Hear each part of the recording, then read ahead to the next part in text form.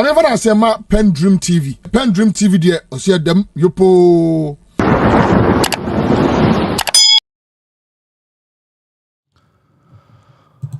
I was for my penny John Dramani Mahama and okupi American Sandra okupi a year amanoni ekotwetwe nkomo. In fact our world economic finance forum bia omoye na oman penny Mahama asa akoka no bumbim ewo ho ne nsem a akoka ye ene kwan a ofa so presenting ni speech abusuya ene wiase nyina eka ho asem na mepese ebekọ na yakoti said wiase esi ehu omanpanyini Mahama ne kasa encouragement a ode ma African leaders ebinum de Africa ebinum se wakogu Africa leaders no anima asesa na ebi mu fa no wo mu kire mu a ne nsam o kan ya ano ya din to the standard no mu fi say so omanpanyini pa free Africa to mi kasa asem we dia na che say leaders wa Africa ha no omanya de like I say ade anka ewo se wo ye na wanye na wama obi aba ba kire wo say na anka ewo se wo ye to mu kire mu a eyanimguase pa de ma African leaders nyina na kind of say obi ebo omanpanyi John Dramani Mahama abaso na wonim say oman Ghana the way see call ne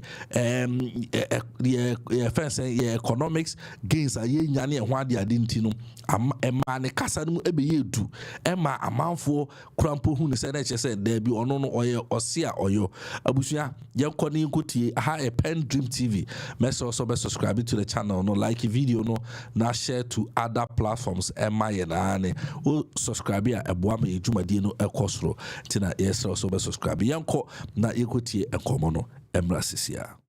We depend on others for our security choices. We depend on donors for our health and educational systems. We supply the world's critical minerals but capture almost none of its value. This isn't sovereignty, it is a trap. The COVID experience was a wake-up call. Africa was the last continent to begin receiving vaccines amid a global pandemic. But for the immunological profile and resilience of our African population, many millions would have died in that pandemic. The speech you have just watched is from Ghana's President John Dramani Mahama, who has delivered a powerful and fearless address at Davos, right here at the World Economic Forum currently underway.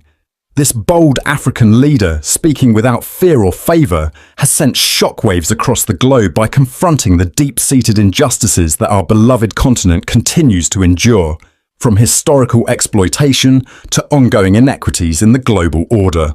Brothers and sisters across Africa and the diaspora, let us rise and listen attentively to this historic speech. Africa has thrived on handouts and humanitarian assistance from the developed world. While no specific name has yet been coined for the new global system that will emerge, Africa intends to be at the table in determining what that new global order will look like. Africa must pull itself up by its own bootstraps. Global humanitarian assistance is shrinking, and many developed countries, including Europe, are compelled to cut overseas development assistance and increase defense spending by the new reality of an unpredictable ally across the Atlantic. The COVID experience was a wake-up call. Africa was the last continent to begin receiving vaccines amid a global pandemic. But for the immunological profile and resilience of our African population, many millions would have died in that pandemic. And that is why I'm grateful, Your Excellencies, ladies and gentlemen, that you made time to be a part of this afternoon's Davos convening of the Accra Reset Initiative on the sidelines of the World Economic Forum. Just last September at the UN General Assembly, I introduced the Accra Reset Initiative, not as another declaration, not as a wish list, but as a practical answer to a question millions of young Africans are asking: what should Africa's response be in a changing global order? Today in Ghana, we're answering that question. We're resetting our country. We're cutting waste, we're restoring hope, and we're building systems that work. In my first year of being back in office, we've shown that democracy works, and that change is possible when leadership is focused and accountable to the people. From a debt-distressed, crisis-ridden economy, we've achieved an impressive turnaround with a stable macroeconomy characterized by single-digit inflation, a strengthened currency, and increased business confidence. But here's what keeps me up at night. Ghana's success alone is not enough. However admirable Ghana's turnaround story is, we cannot be a jewel in the dirt. We must work together as Africa. We must knit together the patchwork of success stories. And that is why we're here in Davos today. To take what's working across many countries in Africa and the Global South and scale it up across other countries. To move from resetting one country to resetting the entire development model for the Global South. And let me be direct about what we're up against. Too many of our countries are caught in what I call the triple dependency. We depend on others for our security choices. We depend on donors for our health and educational systems. We supply the world's critical minerals but capture almost none of its value. This isn't sovereignty, it's a trap. And it's getting worse. In my quiet moments, as I try to find solutions, here's what I've learned. Crisis creates clarity. The clarity is this, that we must build our own capacity to act. There's precedent for what I'm proposing. 20 years ago, UN Secretary General Kofi Annan and several courageous world leaders, including President Obasanjo here, made a simple, powerful case. HIV/AIDS was ravaging millions in Africa and a global response was required. This courage created the architecture of the Global Fund, which saved millions of lives in Africa and across the world. That fight succeeded because leaders decided to act together with urgency and without excuse. Today, I'm not so sure.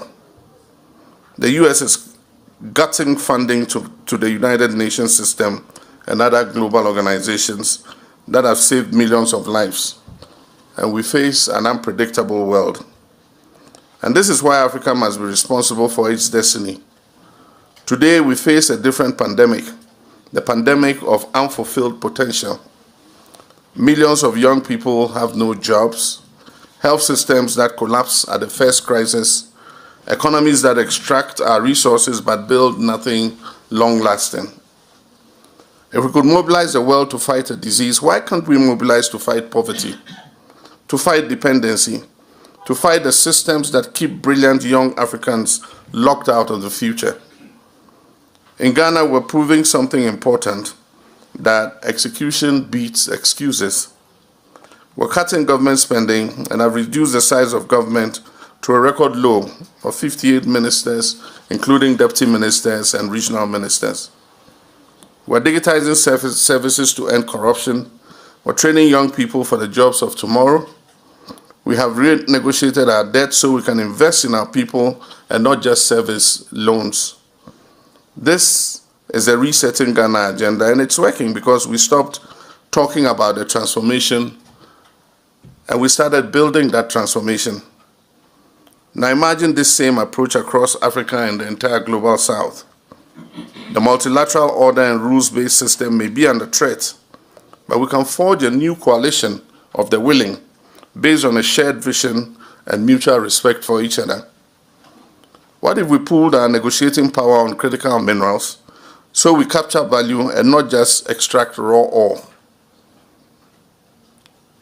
What if we exercise more sovereignty over our natural resources to create prosperity for our own people? What if we build regional manufacturing hubs that create millions of jobs for our young people? What if we produce our own vaccines and our own medicines with our own technology? This is the Accra Reset vision. It's not a talk shop. It's not a declaration. It's a practical blueprint for how countries can work together to build real sovereignty, the kind that you can measure in jobs created, in children at school, children vaccinated, and young people thriving. My fellow leaders, let me speak plainly.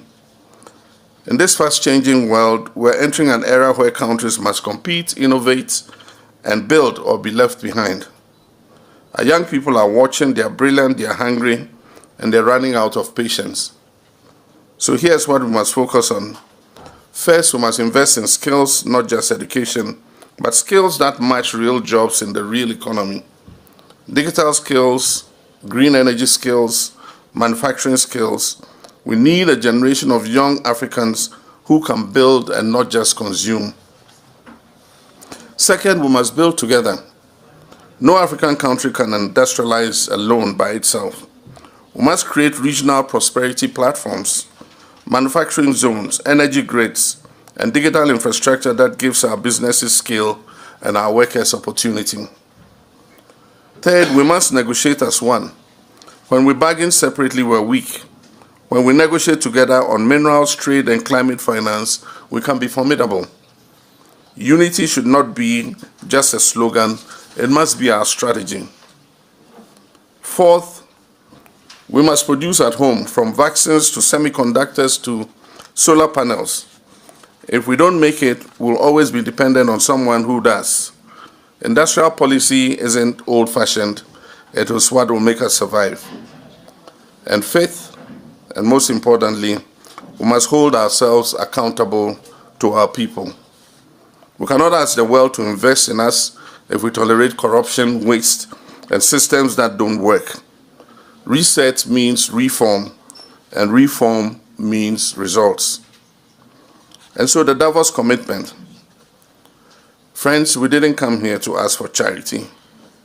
We came to propose a global partnership of the willing, based on a shared vision and mutual respect for each other. The Accra Reset is building the architecture for a new kind of cooperation, one where global South countries don't just receive programs but co-design them with our partners in the global North, where we don't just attract investment but shape it around what are our priorities. We want to create prosperity fears across regional platforms where countries coordinate on investments, infrastructure, and jobs. President Obasanjo often reminds me that leadership is about legacy. And he asks me, what will you leave behind? My answer is simple. We want to leave a continent where young people don't risk their lives crossing the Mediterranean because they will have opportunities at home. We want to leave systems that work, industries that thrive, and nations that stand tall. And in this, Ghana cannot do it alone. Africa can't do it alone. There's a call to every leader in this room. If you believe in a world where prosperity is shared, not just based on narrow interests, then join us. If you believe the global South deserves partnership and not pity, join us. If you believe the next chapter of human progress is going to be written in Accra, Nairobi, Kigali, Abuja, and Cairo, then join us. The Accra Reset is not seeking permission, we're building momentum. From New York last September to this room in Davos and to the African Union in Addis Ababa next month, and soon at the Oslo Dialogues, we shall continue to build these partnerships. And so the question is not whether the world needs this, the question is whether we have the courage to build it. I thank you. Now, brothers and sisters, after listening to this speech from John Mahama, the President of Ghana, let us now listen to this bold speech from the former President of Nigeria, Obasanjo. And when I speak today, Eti abusafo ya Omanpenyini John Dramani Mahama ne kasa a odekoto World Economic Forum no ase no ene yedi abramo se wutie ensem a Omanpenyini John Dramani Mahama ekokan na wutum se na akukuduru kasa meka se kasa na or kasa with confidence because nipa no ade na or kano ono wa practice it or ye o tu ho anamon ena anamontu na o tu no eweke mano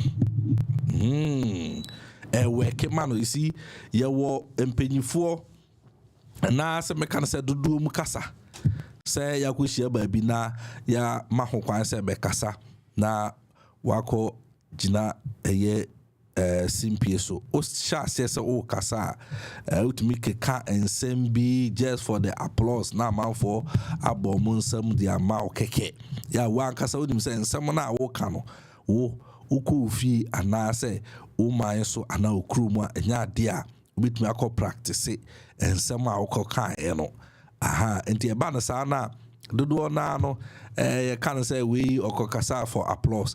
And Africa, that this has been our problem since abribia yeko UN first meetings near what the ade yeko World Forum be African leaders ebeko nyina ye ma omo kwan se omekasa nipa no kasa gbag to akasa gbag ni yabo ensema ma no bi mkwanya standing ovation but obaba ne man so no na enyoma ekoso no it is very contrary to ninsama obegina simpie so ekaye ekire wiase nyina no but wo hwe omampini Mahama ne die ya wo kan ama ene Africa ni wiase nyina ebo na baso na ayade a ono no o kire se me ya no omikrom enye kasa keke sabe yese kasa no wuntimi fa kasa ndonwura enye na no keke no odi donwura